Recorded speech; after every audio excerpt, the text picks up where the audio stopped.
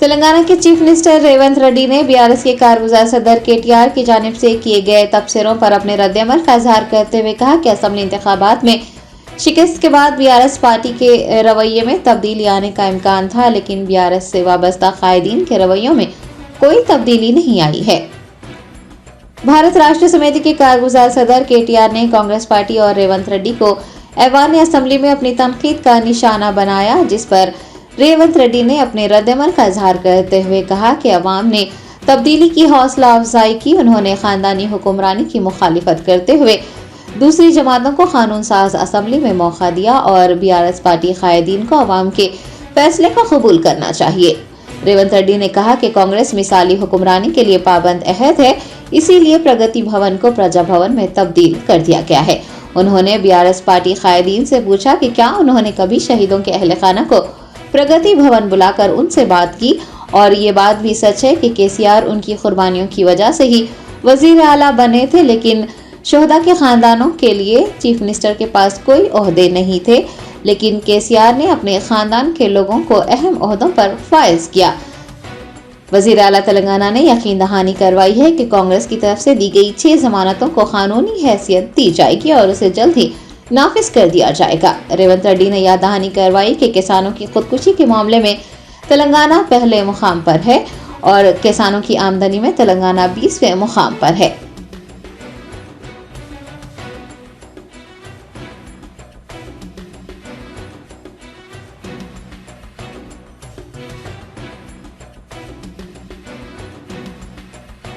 రానివ్వము అని చెప్పి వారిని అవమానించి ఒక హోంగార్డు హోంమంత్రిని వెనక్కి తిప్పి పంపించిన చరిత్ర పుటలలో నిక్షిప్తమై ఉన్నది. ఆనాటి ఆర్థిక మంత్రి, ఆనాటి వైద్య ఆరోగ్య శాఖ మంత్రి ఈటల రాజేందర్ గారు ముఖ్యమంత్రిని కలవడానికి అక్కడికి వెళితే అక్కడ ఉన్న పోలీసు సిబ్బంది మీకు ప్రవేశము లేదు, మిమ్మల్ని నిషేధించినము, మీకు అర్హత లేదు, మీకు ఆ స్థాయి లేదు అని చెప్పి ఈటల రాజేందర్ గారిని ఆ ప్రగతి భవన్లకు ప్రవేశం లేదని తన సహచర మంత్రిని అవమానించి ఆ మంత్రే స్వయంగా కన్నీళ్లు పెట్టి ఈ ఆవేదనను, ఈ దుఃఖాన్ని లోపల అదిమి పెట్టుకున్న విషయాన్ని 4 కోట్ల తెలంగాణ ప్రజలకు వివరించినప్పుడు తెలంగాణ సమాజమంతా దీన్ని గమనించింది.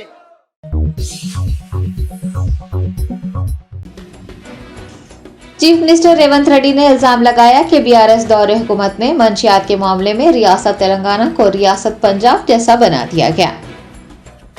गवर्नर की तकरीर पर शुक्रिया की तहरीक के दौरान वजीर आला रेवंत रेड्डी ने अपने खिताब में कहा कि बीआरएस दौरे हुकूमत में रियासत तेलंगाना में मंशियात की खरीदो फरोख्त उरूज पर थी, लेकिन अब कांग्रेस दौरे इख्तिदार में रियासत के अंदर मंशियात और गांजे की खरीदो फरोख्त, मुंतकली या फिर इस्तेमाल को बर्दाश्त नहीं किया जाएगा और मंशियात मामले में कितने ही बड़े लोग क्यों न मुलविस हो, उन्हें जेल जाना पड़ेगा। चीफ मिनिस्टर तेलंगाना ने वाज़ेह किया कि अगर कोई मंशियात का इस्तेमाल करना चाहेगा या फिर खरीदो फरोख्त में मुलविस पाया गया तो उसे सख्ती से निपटा जाएगा। उन्होंने ये भी कहा है कि हुकूमत मंशियात की रोकथाम के लिए सख्त मंसूबाबंदी करेगी और हर मुमकिन इक़दाम को यकीनी बनाया जाएगा।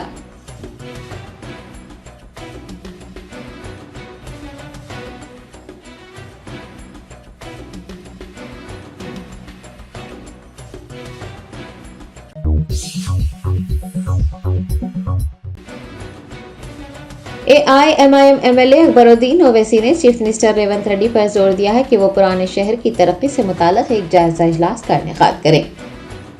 ऐवान असेंबली को मुखातिब करते हुए MLA अकबरुद्दीन ओवैसी ने पुराने शहर की तरक्की का मसला उठाया और कहा कि पुराने शहर की तरक्की के लिए वो हुकूमत के साथ ताउन करेंगे। उन्होंने IMO मौजरीन के लिए एजाजिया की रकम को 12,000 रुपये से बढ़ाकर 15,000 रुपये करने और मदरसा बोर्ड कायम करने का मुतालबा किया। चंद्रान गुट्टा रुकने असेंबली ने कहा कि कांग्रेस और बीजेपी इंतखाबात में एक भी मुस्लिम उम्मीदवार को जीत नहीं दिला सकी। उन्होंने मुसलमानों की तरक्की के लिए इक़दाम न करने पर कांग्रेस और बीजेपी को तनकीद का निशाना बनाते हुए कहा कि वह सार ही थे जिनकी वजह से मुसलमान कांग्रेस के करीब हैं वसार के दौरे हुकूमत में अक़लियतों के साथ इंसाफ किया गया था। अकबरुद्दीन ओवैसी का कहना है कि वो शादी मुबारक की ज़ेर इल्तिवा दरख्वास्तों को जल्द अज जल्द यकसुई करते हुए चेक्स इस्तेफादा कुनिंदगान को हवाले करना चाहते हैं। उन्होंने अक़लियती तलबा के लिए स्कॉलरशिप के वाजिबात फौरी तौर पर अदा करने का मुतालबा किया है। कायदे मुखर्ररा ने कहा कि वो SC और ST अक़लियतों की तरक्की के लिए हुकूमत के साथ ताउन करेंगे। पुराने शहर में सड़कों की तोसी के मसले को उठाते हुए अकबरुद्दीन ओवैसी ने कहा कि वज़ीर आला को पुराने शहर की तरक्की पर एक जायजा इजलास मुनक़्क़िद करना चाहिए। उन्होंने DSC में उर्दू जायदादों को भी फौरी तौर पर पुर करने पर जोर दिया है।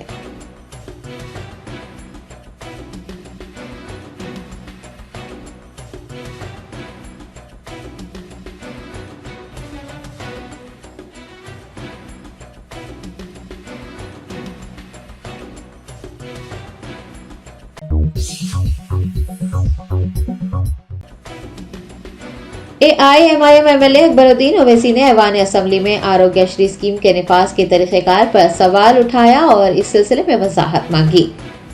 अकबरुद्दीन ओवैसी ने ऐवान असम्बली में कहा कि हुकूमत ने बेशक राज्य आरोग्यश्री स्कीम के लिए जियो जारी किया है, लेकिन मरीजों को इससे फायदा नहीं हो रहा है। उन्होंने तवज्जो दिलाते हुए कहा कि आरोग्यश्री के तहत 10 लाख रुपये दिए जा रहे हैं, लेकिन रकम की अदायगी किस तरह की जाएगी उसकी तफसीलात नहीं बताई गई हैं।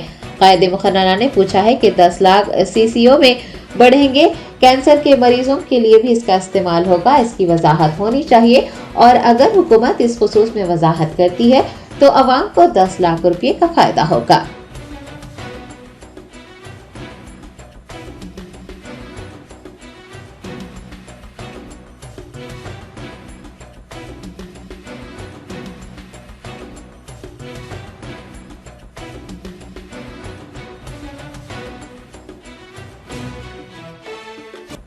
₹10 लाख, लेकिन आप मेरी बात को समझिए। मैं ये बताना चाह रहा हूं कि किस तरीके से ये 10 लाख रुपया एक पेशेंट को दिया जाएगा वो तफसील अब तक नहीं आई है।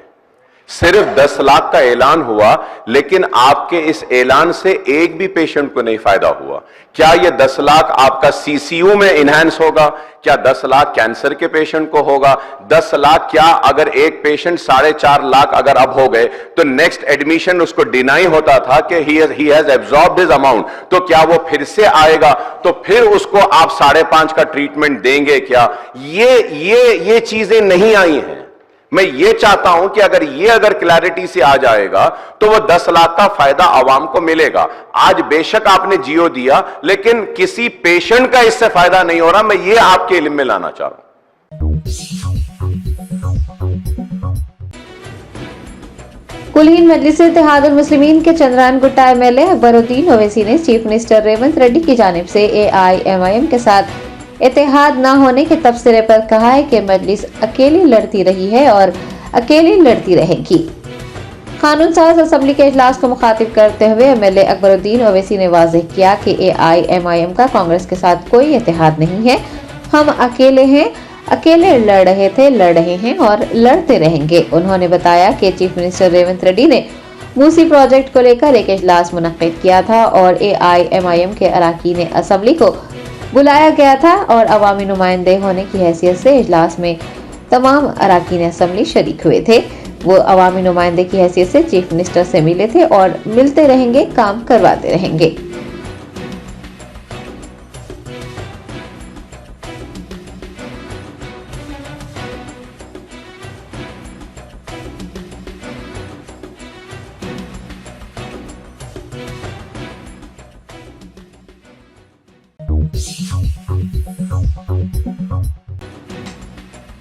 AIMIM MLA अकबरुद्दीन ओवैसी ने कानून साज असम्बली से खिताब करते हुए आलेर एनकाउंटर के महलूकीन के साथ इंसाफ किए जाने और मसाजिद आशुर खानों का तहफ़्फ़ुज़ किए जाने की उम्मीद जताई है।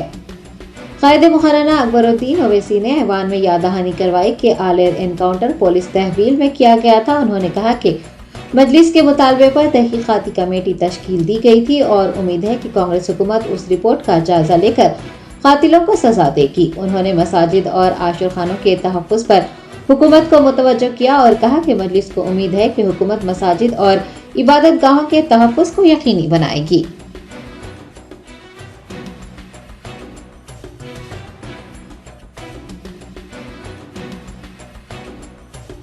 कि आलेर का इनकाउंटर जो हुआ, पुलिस की मौजूदगी में, पुलिस की कस्टडी में पुलिस एनकाउंटर करके उन मासूमों को मार देती है।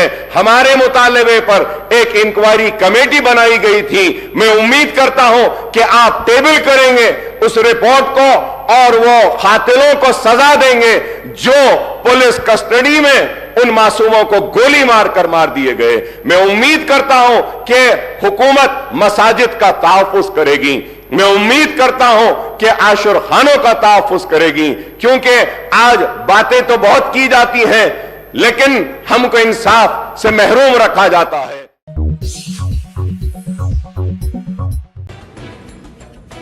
AIMIM के चंद्रान गुट्टा रुकने असम्बली अकबरुद्दीन ओवैसी ने हुकूमत की जानिब से खवातीन के लिए मुतारिफ करदा मुफ्त बस सफर स्कीम का खैर मकदम करते हुए कहा कि हुकूमत को चाहिए कि वो ऑटो रिक्शा वालों का भी ख्याल करें। तेलंगाना कानून साज असम्बली के इजलास से खिताब करते हुए कायदे मुखन्ना अकबरुद्दीन ओवैसी ने कहा कि हुकूमत ने खवातीन की सहूलत के लिए जो मुफ्त बस सफर स्कीम मुहैया करवाई है, AIMIM उसका खैर मकदम करती है और हुकूमत से मुतालबा किया जाता है कि वो ऑटो ड्राइवर्स का भी ख्याल रखें क्योंकि वो परेशान है। उन्होंने इंतखाबी मंशूर में ऑटो ड्राइवर्स पर हुए चालानात मुआफ करने के वादे की तरफ तवज्जो दिलाई और हुकूमत से दरख्वास्त की कि वो इस सिलसिले में अहकामात जारी करें।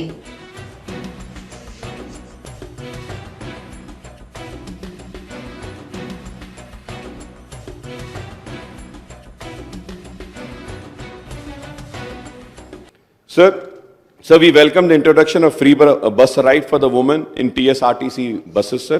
At the same time, sir, through you, sir, I would like to request the government to kindly take care of the auto rickshaw drivers. Auto rickshaw के ड्राइवर्स बहुत परेशान हैं, ऊबर एंड ओला वाले बहुत परेशान हैं। ख़वातीन को तो अच्छा मौका मिला कि बस में वो सफ़र कर रहे हैं, बहुत अच्छी बात है, लेकिन हमको इनका भी ख्याल करना चाहिए क्योंकि आपने इलेक्शन मैनिफेस्टो में ऐलान किया था कि आप जितने चालानात हुए हैं, चालानात को भी आप माफ़ करेंगे, आधा माफ़ करेंगे। तो मैं आपसे रिक्वेस्ट करूंगा कि अहकामात जारी करिए कि जितने भी चालानात है उसको हम 50% वेव ऑफ करते हैं और ऑटोज़ वालों को किस तरीके से हम मदद पहुंचा सकते हैं। वो कुछ पैसे भरते हैं रोड टैक्स का, इसका, अगर उसमें अगर उनको कुछ एग्जेम्पशन अगर कुछ देते हैं तो एक उनको भी एतमाद में लिए वैसा हो।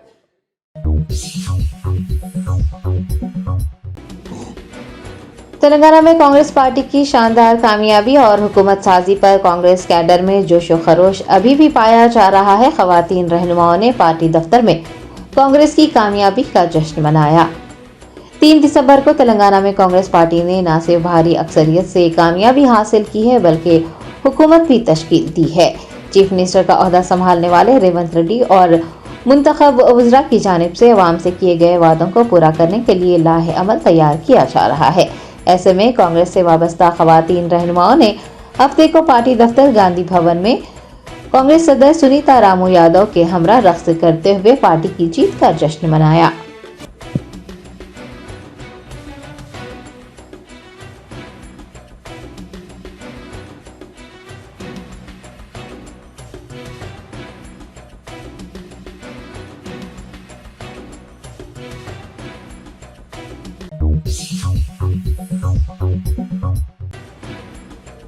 मरकजी वजीर बराए सियाहत व सकाफत जी किशन रेड्डी ने विकसित भारत संकल्प यात्रा प्रोग्राम के एक हिस्से के तौर पर शमशाबाद मंडल में मुख्तलिफ प्रोग्रामों में हिस्सा लिया।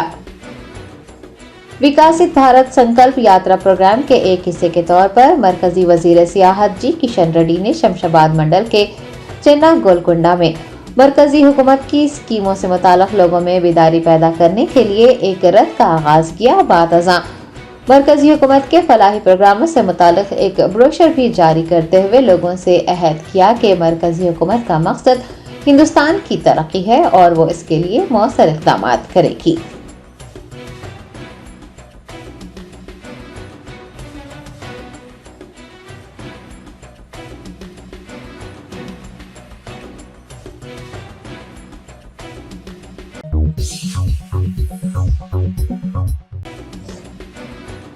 सदर जमहूरिया द्रौपदी मुर्मू सरमाई तातीलात गुजारने के लिए हैदराबाद का दौरा कर रही हैं। ओहदेदारों की जानिब से सदर के दौरे के लिए इंतजाम किए जा रहे हैं।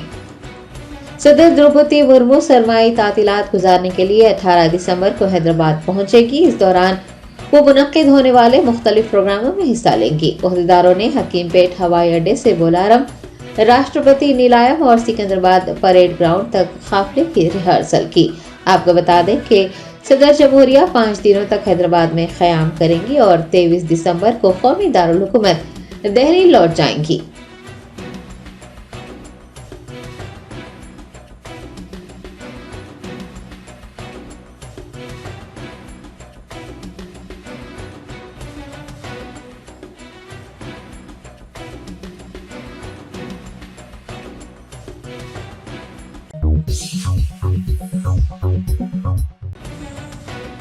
पार्लियामेंट की सिक्योरिटी में खलल को लेकर कांग्रेस रहनुमा राहुल गांधी का रद्द-ए-अमल सामने आया। उन्होंने मरकज की मोदी हुकूमत पॉलिसियों पर सवाल उठाए। आहता पार्लियामेंट में मीडिया के नुमाइंदों से बात करते हुए राहुल गांधी ने कहा कि सिक्योरिटी में नखबजनी हुई है। ऐसा क्यों हुआ? क्योंकि इस मुल्क में बेरोजगारी एक बड़ा मसला बन गया है। वजीर आजम मोदी की पॉलिसियों की वजह से मुल्क के नौजवानों को रोजगार नहीं मिल रहा है। बेरोजगारी और महंगाई उस वाक़े की वजह है।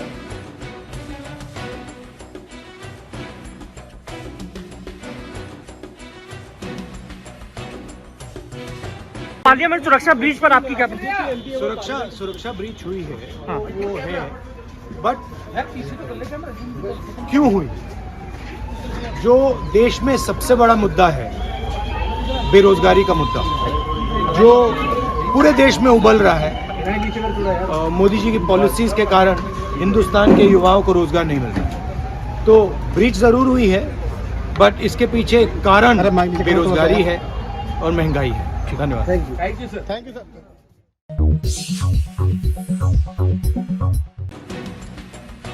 कुलीन मजलिस इत्तेहादुल मुस्लिमीन के सदर बैरिस्टर असदुद्दीन ओवैसी ने पार्टी दफ्तर दारुसलाम में अवामी मसाइल से वाक़फियत हासिल की।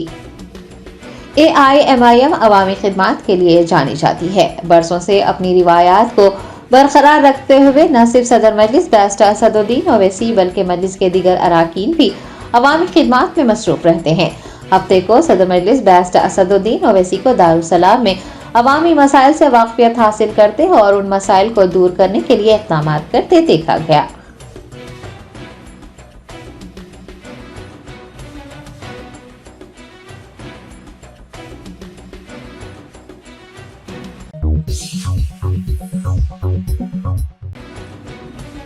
साबिक़ MLA शंकर नायक ने उन पर अराजी पर कब्जा करने से मुताल्लिक़ लगाए जा रहे इल्जामात को सच साबित करने का चैलेंज किया है। साबिक़ रुकने असम्बली शंकर नायक एक बार फिर सुर्खियों में है। महबूबाबाद में उन्होंने सनसनीखेज तबसरा करते हुए कहा कि अगर कोई उनकी तरफ बढ़ेगा तो वो बर्दाश्त नहीं करेंगे, उसे मुनासिब जवाब दिया जाएगा। उन्होंने उन तमाम लोगों को चैलेंज करते हुए कहा कि अराजी से मुताल्लिक़ उन पर जो इल्जामात लगाए जा रहे हैं वो उन इल्जामात को सच साबित कर दिखाएं। शंकर नायक ने BRS पार्टी की असम्बली इंतखाबात में शिकस्त के लिए पार्टी लीडर्स को ही जिम्मेदार करार दिया और अवाम पर भी अपने गुस्से का इजहार करते हुए कहा कि अवाम तब्दीली के नशे में है, उन्हें तेलंगाना हुकूमत की तरक्की नजर नहीं आई।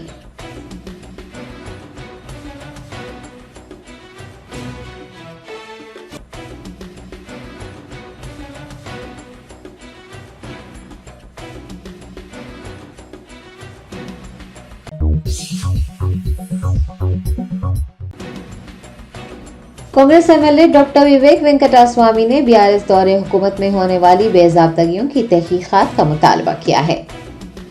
पहली बार MLA मुंतखब हुए डॉक्टर विवेक वेंकटस्वामी ने तेलंगाना असम्बली से खिताब करते हुए कहा कि जब तेलंगाना की तश्कील हुई तो लोग पुरुमीद थे, लेकिन अलहदा रियासत के बाद तश्कील पाने वाली BRS हुकूमत में बहुत सी गलतियां हुई। उन्होंने याद दहानी करवाई कि कालेश्वरम प्रोजेक्ट की तामीर की वजह से पेदापल्ली पार्लिमानी हल्के की तकरीबन 1 लाख एकड़ जमीन ज़ेर-ए-आब आ रही है। मंचियाल शहर में कई मकानात डूब रहे हैं। विवेक वेंकटस्वामी ने BRS दौरे हुकूमत में बनाए गए प्रोजेक्ट की तहकीकात का मुतालबा किया। उन्होंने कहा कि BRS के 10 साला दौरे हुकूमत में आमिराना राज था। रियासत के लोगों ने कांग्रेस पार्टी को असम्बली इंतखाबात में जीत दिलाई है क्योंकि वो आमरीत का खात्मा चाहते थे। उन्होंने रेवंत रेड्डी के चीफ मिनिस्टर का चार्ज संभालने के बाद प्रगति भवन को प्रजा भवन में तब्दील कर देने और लोगों के मसाइल को हल करने के लिए प्रजावाणी प्रोग्राम मुनक्किद करने के इक़दाम की सताइश की। विवेक वेंकटा स्वामी ने मुतालबा किया है कि बीआरएस हुकूमत के कर्जों पर रेवंत रेड्डी की जानिब से एक वाइट पेपर जारी करते हुए रियासत के लोगों को इसकी वजाहत करनी चाहिए। बीआरएस हुकूमत के दौरान होने वाली बेज़ाब्तगियों की भी तहकीकात करवाने और जिम्मेदारों के खिलाफ सख्त कार्रवाई का उन्होंने मुतालबा किया है।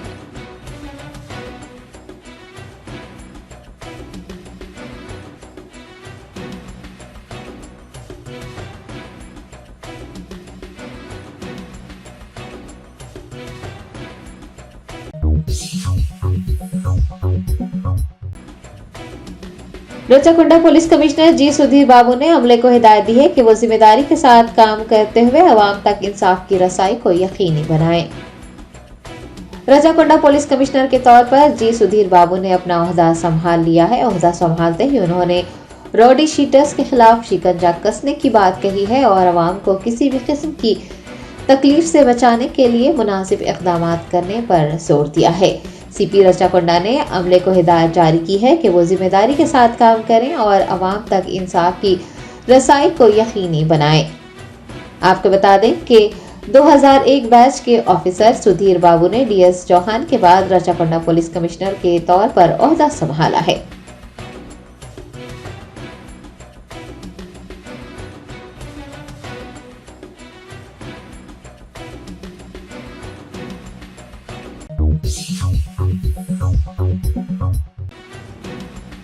हैदराबाद के राजीव गांधी इंटरनेशनल एयरपोर्ट पर मुसाफिरीन की सहूलत के लिए स्मार्ट ट्रॉलीज मुतारिफ करवाई गई हैं। पायलट प्रोजेक्ट के हिस्से के तौर पर जीएमआर हैदराबाद इंटरनेशनल एयरपोर्ट ने स्मार्ट ट्रॉलीज मुतारिफ करवाई हैं जो कि टैब जैसी स्क्रीन के साथ मुंसलिक है। ट्रॉली पर लगी स्क्रीन के जरिए मुसाफिरीन एयरपोर्ट तक पहुंचने का रास्ता, परवाजों के औकात, एयरपोर्ट के गेट्स, वहां दस्तयाब मसनूआत से मुताल्लिक़ तफसीलात हासिल कर सकेंगे। इतना ही नहीं, एयरपोर्ट में कायम दुकानों के लोकेशंस की तफसीलात भी मालूम कर सकेंगे।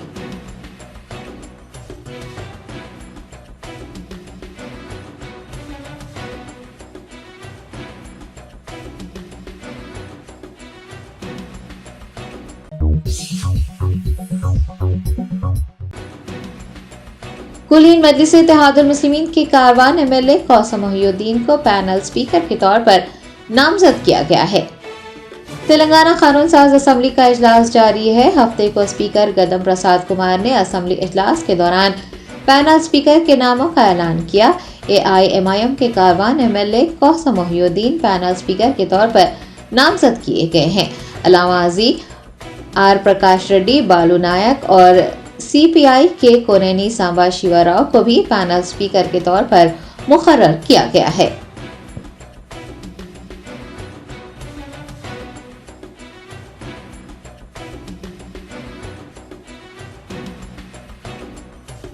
I am to announce to the House that I have nominated the following members to be on the panel of chairman for the first session: Sri Revula Prakash Reddy, Sri Balu Nayak, Sri Kausar Mainuddin, Sri Kunamaneni Sambashivarao.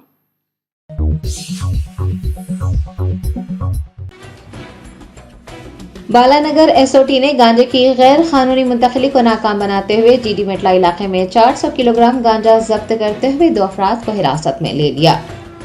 तफसीलात के मुताबिक Balanagar SOT ने GD मेटला police हुदूद में nursery के पौधों की नकल हमल के नाम पर डीसीएम के जरिए गांजा स्मगल करने वाले एक गिरोह को पकड़ लिया। बताया गया है कि ये गिरोह डीसीएम के जरिए 400 किलोग्राम गांजा मुंतकिल कर रहा था।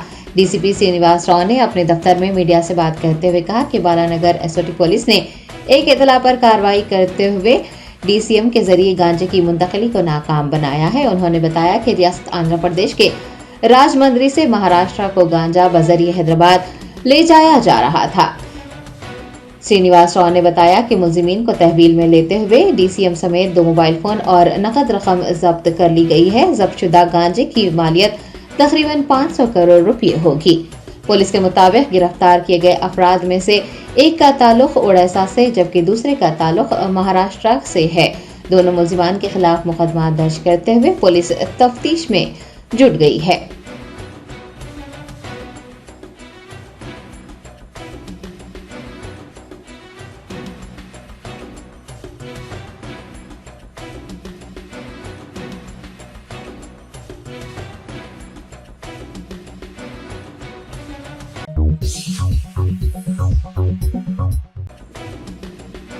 साइबराबाद पुलिस हदूद में एक घर में चोरी की कोशिश करने वाले सारिक ने गिरफ्तारी से बचने के लिए झील में छलांग लगा दी। तफसीलात के मुताबिक सूराराम पुलिस हदूद में एक चोर ने मकान में चोरी की नाकाम कोशिश की। मुकामी लोगों ने करीबी झील तक उसका पीछा किया लेकिन उसे पकड़ने में नाकाम रहे। इस अजीबोगरीब वाक़े में झील के बीचों बीच फंसे चोर ने कभी मौजूदा चीफ मिनिस्टर रेवंत रेड्डी तो कभी साबिक चीफ मिनिस्टर केसीआर या फिर मुकामी टीवी चैनल दिखाने का मुतालबा किया। सूराराम पुलिस ने मैदान में उतरते हुए उसे मनाने की कोशिश की लेकिन उसने खुद सुपुर्दगी से इनकार कर दिया और पानी में छलांग लगा दी।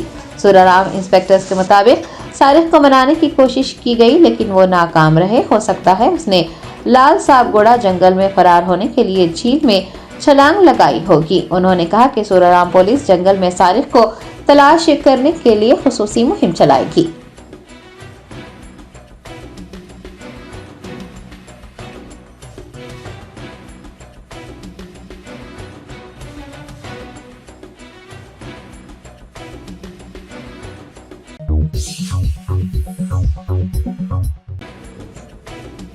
अल जजीरा के सहाफ़ी समर अबू दाखा को जुनूबी गाजा में हफ्ते के रोज सुपुर्द खाक कर दिया गया। वो इसराइली ड्रोन हमले में हलाक हो गए थे।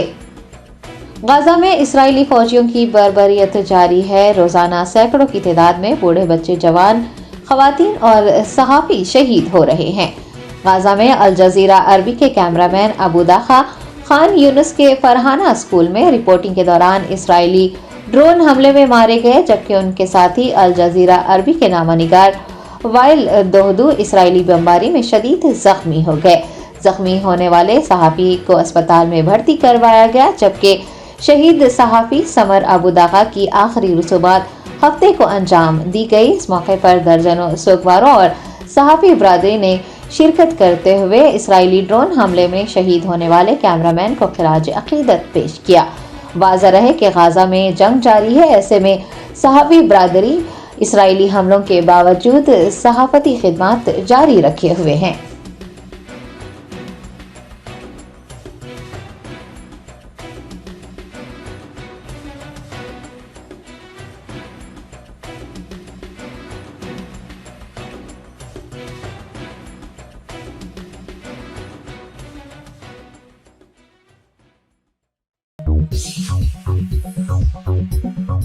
Germanton super speciality hospital, doctor Mir Jawad Jar Khan, senior experienced orthopaedic surgeon, bone fracture, joint replacement, hip replacement और स्पाइन सर्जरी कामयाबी से अंजाम दे रहे हैं। इसके अलावा neuro surgery, cardiology, gynaecology, dental, general medicine, dialysis और फिजियोथेरेपी जैसे शोबाजात में इंतहाई कामयाबी के साथ वाजबी फीस में इलाज किया जा रहा है। शेयरिंग और प्राइवेट रूम्स। अस्पताल में 24 घंटे MRI, CT scan, 2D digital x ray, ultrasound, operation theatre, ICU और लैब की सहूलत दस्तयाब है। आपकी उम्मीदों के ऐन मुताबिक Germanten super speciality hospital, pillar number 150, Attapur, Hyderabad.